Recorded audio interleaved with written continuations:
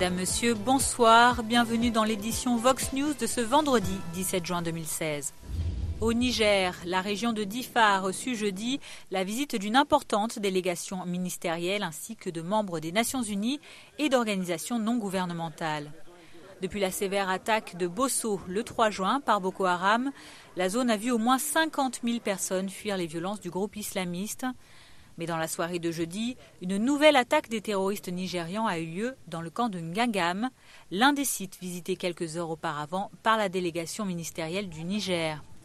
Le ministre de l'Intérieur, qui n'a pas pu donner de bilan précis sur cette fusillade, avait pourtant déclaré plus tôt que la situation près de Bosso s'améliorait, malgré la grande détresse des déplacés. Ce que j'ai pu constater, c'est que nous sommes dans une situation de grande détresse vécue par les populations. Mais d'après ce que j'ai pu en savoir, la situation s'est notablement améliorée depuis une semaine que nous avons atteint le paroxysme de la crise. Quand nous avons fui votre village, c'était sauve qui peut. Personne ne s'occupait de l'autre. Chacun cherchait à sauver sa vie.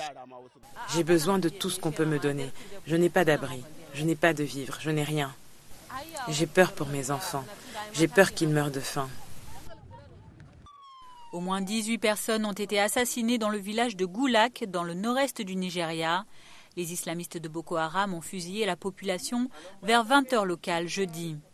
Le porte-parole de l'État d'Adamawa, où s'est produit l'assaut, parle de 18 morts et de plusieurs blessés.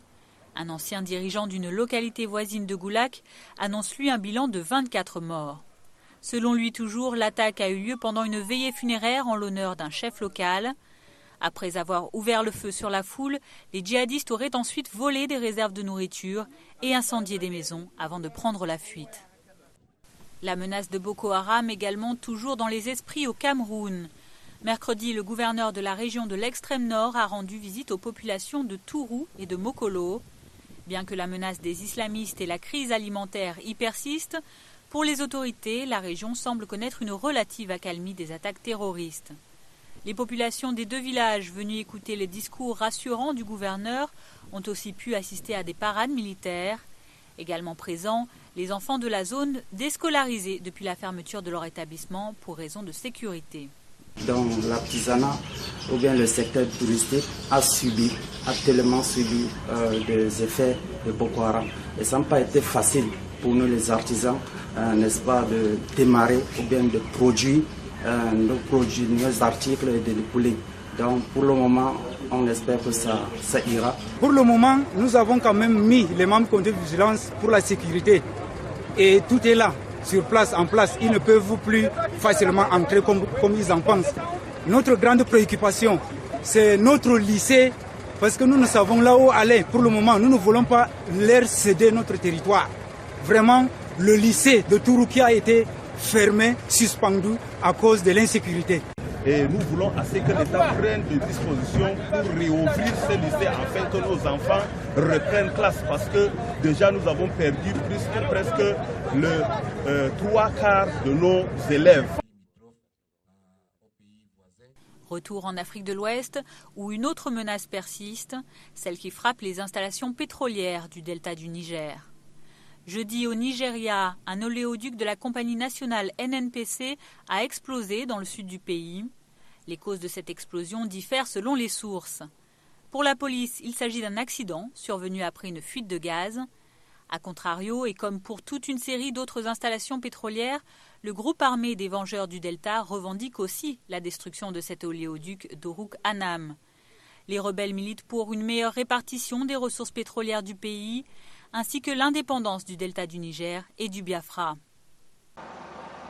La future école de marine du Nigeria va s'établir ici, dans les mangroves du delta du Niger. Mais le chantier est à l'arrêt et les ouvriers au chômage. Le Sénat n'a pas renouvelé une subvention accordée au projet. Dans cette région riche en pétrole où les groupes armés enrôlent facilement les jeunes pour saboter des installations pétrolières, la construction de cette université suscite autant d'espoir que de frustration.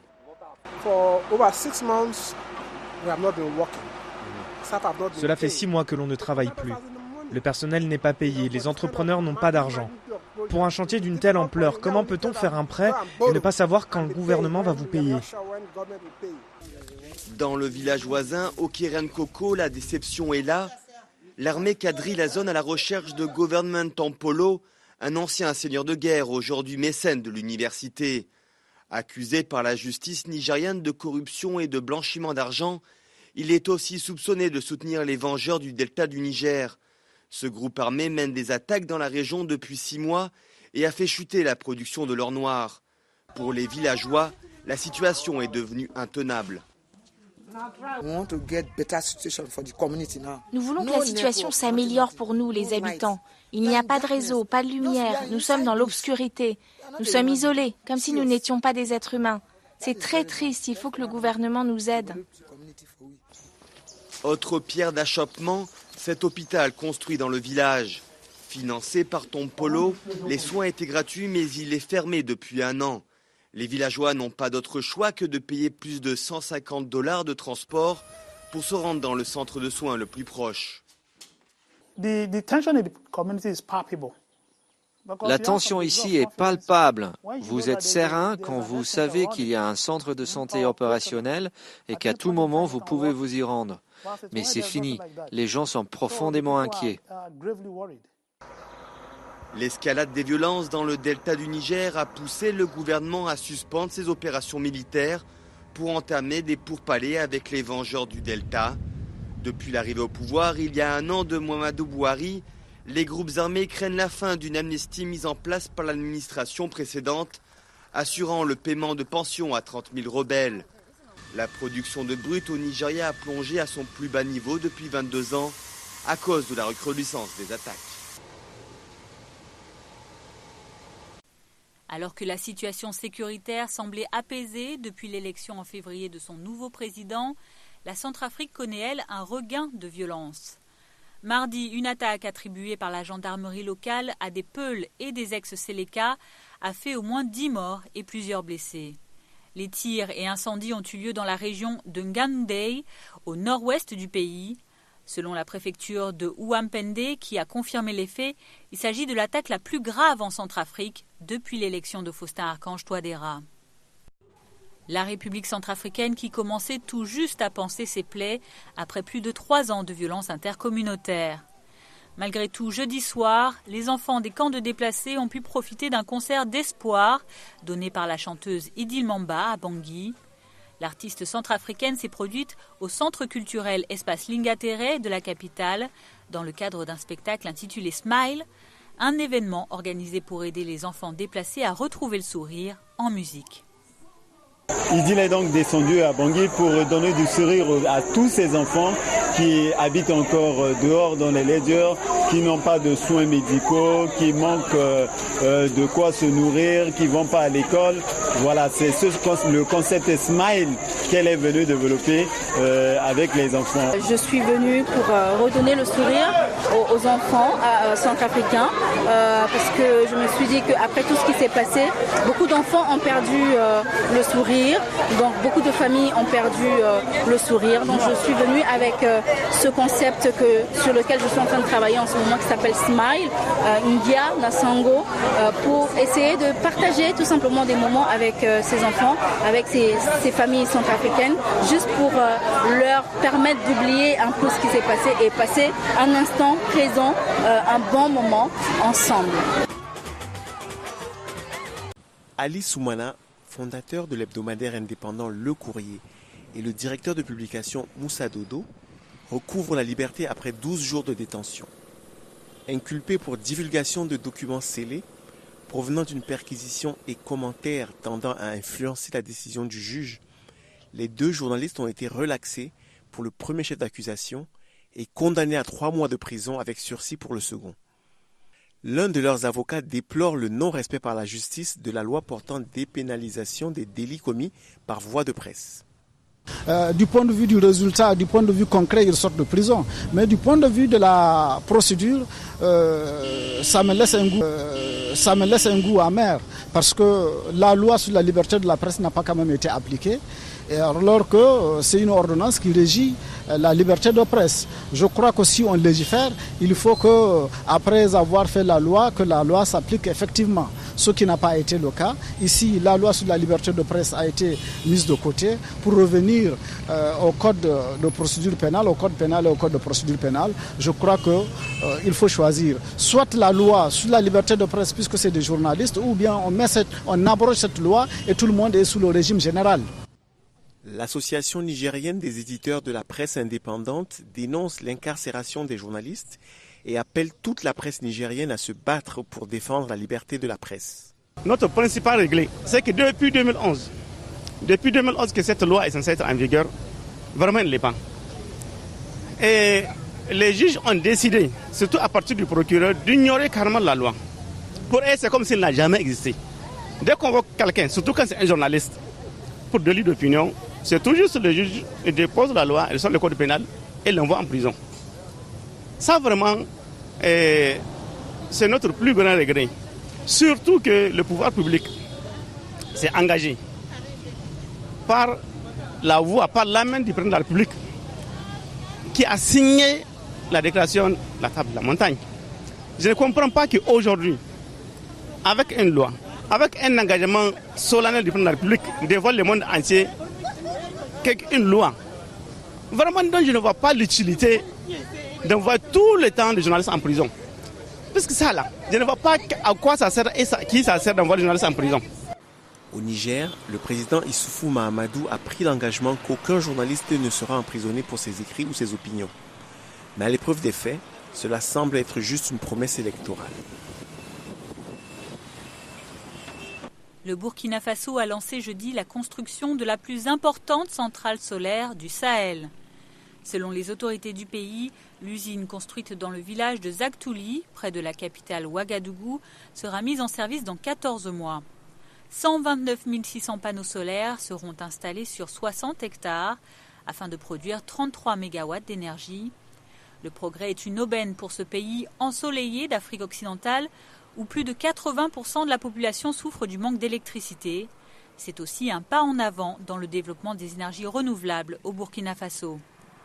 La construction de la centrale solaire, cofinancée par l'Europe et la France, a coûté 47,5 millions d'euros, soit environ 31 milliards de francs CFA. De nombreux pays africains font face depuis plusieurs années à une demande vertigineuse de logement. La raison est à rechercher selon des spécialistes du bâtiment dans une urbanisation rapide et une croissance des populations du continent. En Côte d'Ivoire, le déficit est estimé à plus de 50 000 logements, indique le ministère national du logement et de l'habitat social, parrain du FILOS, Forum international du logement social, économique et standing dont la tenue est prévue du 28 au 30 juin prochain dans la capitale économique ivoirienne, Abidjan. Ces assises, dont la Tunisie est l'invité d'honneur, vont réunir différents métiers du bâtiment et se présentent comme une plateforme internationale de rencontres et d'échanges entre les opérateurs nationaux et partenaires internationaux, notamment autour de débats et de conférences. Ce forum civil international est donc ouvert à nos pays frères. Cette année, nous avons pour invité d'honneur la Tunisie. La Tunisie avec un pays avec lequel nous collaborons, nous avons des liens aussi circulaires que le Maroc qui sera présent. Nous aurons notamment, bien entendu, le Liban qui est toujours avec nous. Et nous aurons la Guinée, la Turquie, la France, l'Allemagne et le Cameroun et bien d'autres pays, l'Arabie Saoudite. Plus de 200 millions d'Africains, notez bien, 200 millions d'Africains vivent dans des bidonvilles. Car les villes accueillent 72% des habitants des bidonvilles en Afrique. N'occultons pas qu'en termes de logement en Côte d'Ivoire, nous sommes confrontés à un déficit chronique. 60 000 logements par an, minimum, de déficit structurel. Et 600 000 logements, selon les dernières statistiques, par an, minimum, de déficit par an. Et évidemment, si le déficit n'est pas résorbé, évidemment que ça se creuse chaque année. Les problèmes de logement devraient donc être examinés sous un angle plus clairvoyant. La problématique du déficit en logement dans notre pays se pose avec acuité. Une étude réalisée par le BNET en 2013 estimait à cette époque déjà à 400 000 le déficit cumulé en logement, avec un accroissement de 10% chaque année depuis cette date. Ce qui nous ramène aujourd'hui à un besoin évalué à près de 500 000 logements. On a parlé de 600 000 logements, mais 500 000, 600 000, toujours est-il que le besoin est là important. Il nous appartient à tous, pouvoirs publics, promoteurs immobiliers, experts du secteur, banquiers et surtout les populations bénéficiaires, de réfléchir ensemble afin de trouver la bonne alchimie, la bonne stratégie pour relever ce défi dans des délais raisonnables. À l'instar des autres pays du continent, la Côte d'Ivoire, dont le taux de croissance économique est très proche des 2 chiffres, plus de 9% selon son gouvernement, n'initie pas moins difficilement depuis quelques années un projet de plus de 60 000 logements sociaux afin de répondre aux besoins nationaux croissants. Soulagement pour les victimes ivoiriennes intoxiquées par une compagnie pétrolière. Un tribunal britannique a condamné l'entreprise de courtage pétrolier Trafigura à indemniser les milliers de victimes touchées en 2006 par des déchargements toxiques.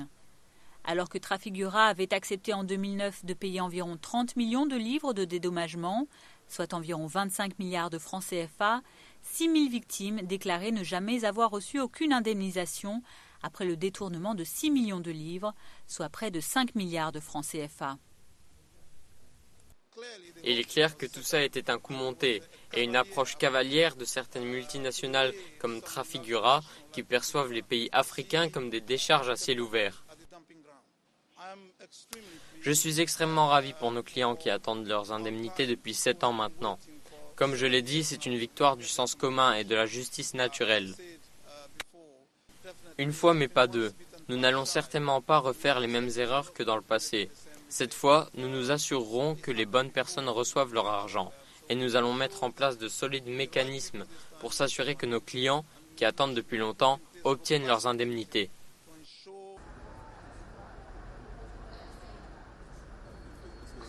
Dans la capitale ivoirienne Abidjan, l'ambiance était évidemment très joyeuse chez les victimes du déversement en 2006 des déchets toxiques du cargo Probokoala.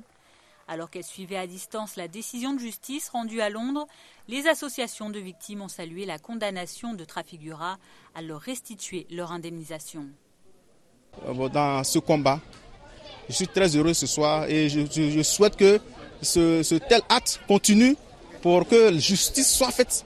Quand des gens qui sont dans un pays qui n'ont pas demandé à être intoxiqués, un bon matin ils sont intoxiqués, et d'autres sont morts. Voilà, ça peut être une réparation. Si nous avons l'argent, nous pouvons quand même nous soigner.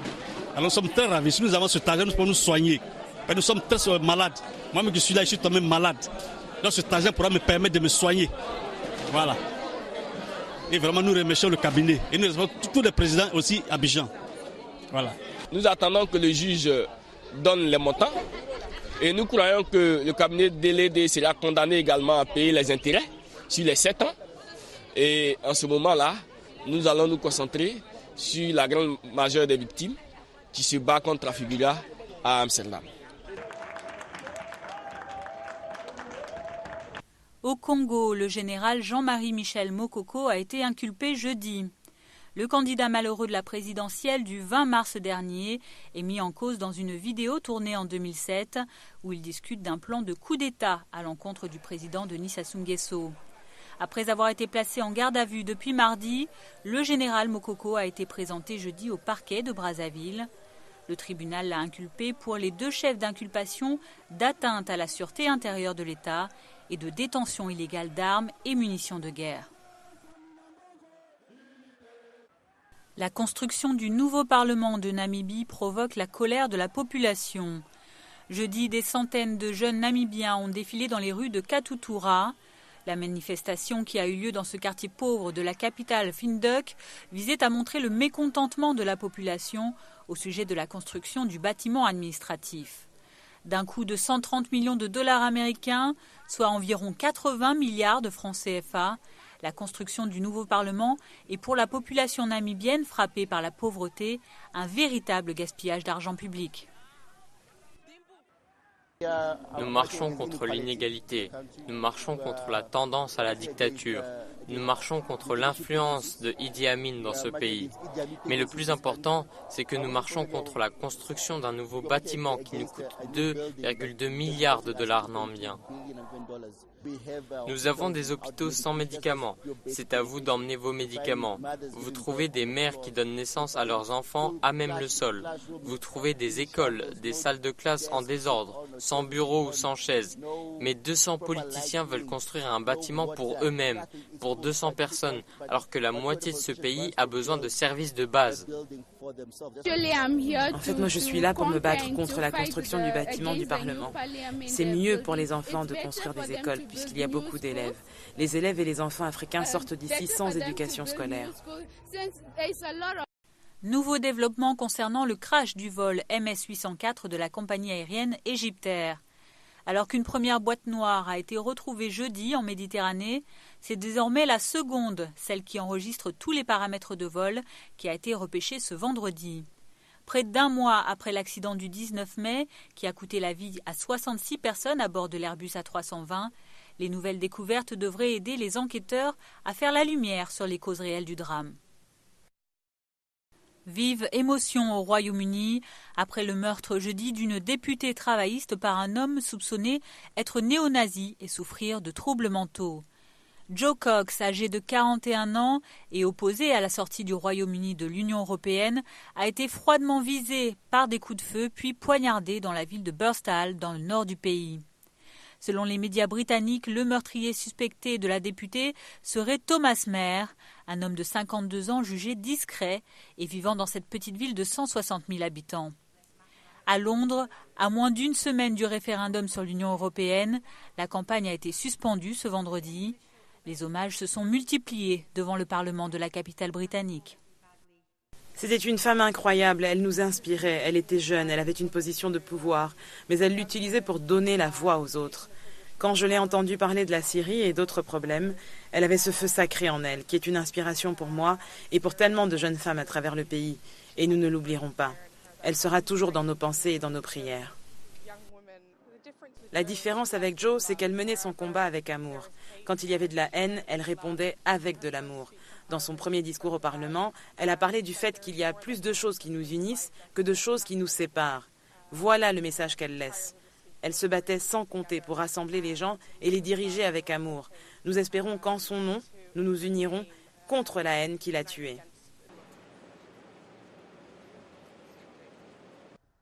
Il y a un an, jour pour jour, le jeune Américain Dylan Roof tuait 9 paroissiens de l'église Emmanuel de la ville de Charleston. Le lieu de culte majoritairement fréquenté par des Afro-Américains devenait le théâtre de l'une des pires tueries racistes de l'histoire récente des États-Unis. Le jeune homme attend toujours d'être jugé. La justice fédérale a requis en mai dernier la peine capitale. Avancé tout de même dans le contrôle des armes à feu aux États-Unis, le président Barack Obama a déclaré depuis Orlando, lieu d'une récente tuerie homophobe, que le camp démocrate est parvenu à faire examiner une proposition de loi au Sénat. Le texte demande de limiter l'accès aux armes pour les suspects de terrorisme. C'est la fin de ce bulletin d'information du 17 juin 2016. Merci à vous de l'avoir suivi. Bonne suite de programme sur Vox Africa.